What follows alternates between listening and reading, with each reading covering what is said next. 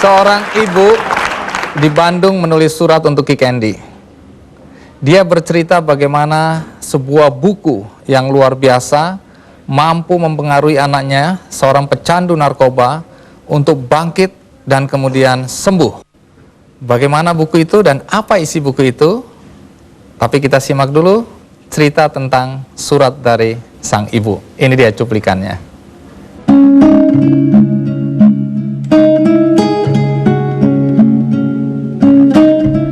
Pak Andi F. Noya yang saya hormati, perkenalkan dulu, saya adalah seorang ibu di Bandung. Nama saya Windarti, usia 45 tahun. Nama suami saya Kosasi. Saya ibu dari 2 orang putra yang masing-masing sudah hampir lulus kuliah. Namun yang tertua Niko sangat bandel dan urakan. Saya dan suami selalu kehabisan akal untuk membinanya. Sekarang Niko terancam drop out. Suatu ketika beberapa waktu yang lalu, sore-sore saya mendengar isak tangis dari kamar Niko. Saya terkejut lalu mengintip. Susah saya mempercayai penglihatan saya.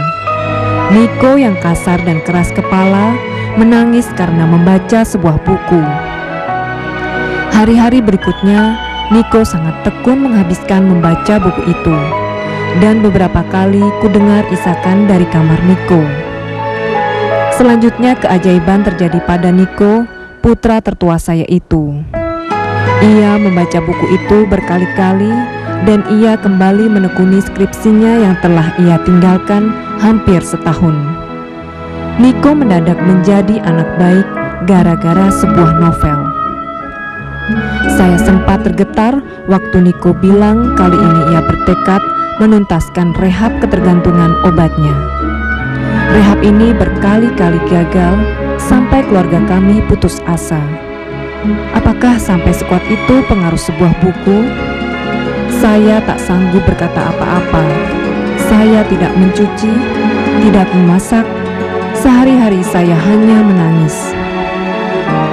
Niko bilang ia merasa malu pada perjuangan ibu guru di buku itu dan malu pada tokoh lintang, anak miskin yang pintar dan terpaksa berhenti sekolah karena kekurangan biaya.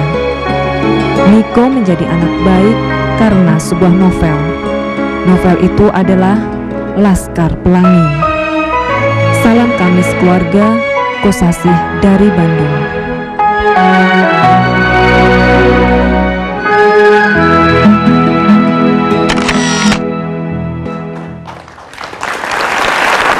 Ya, itu tadi isi surat dari Ibu Windarti di Bandung.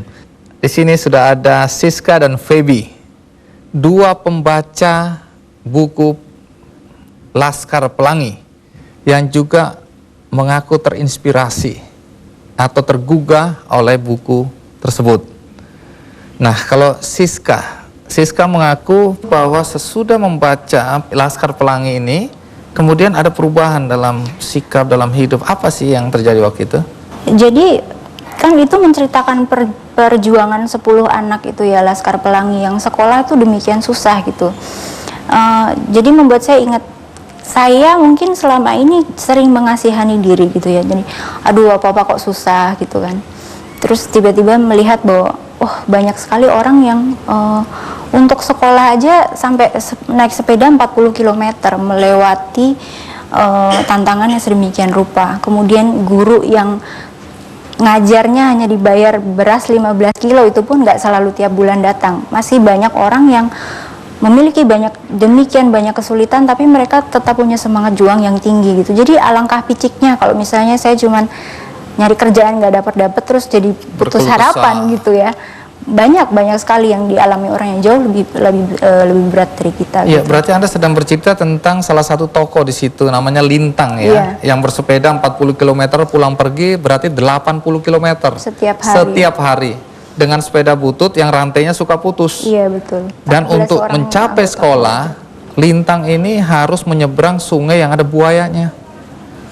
Jadi banyak betul tantangannya, nggak ada artinya dibandingkan keluhan Siska waktu itu. Dari situ Siska menyadari ya, banyak orang yang lebih susah. Iya, betul. Tapi tetap bersemangat.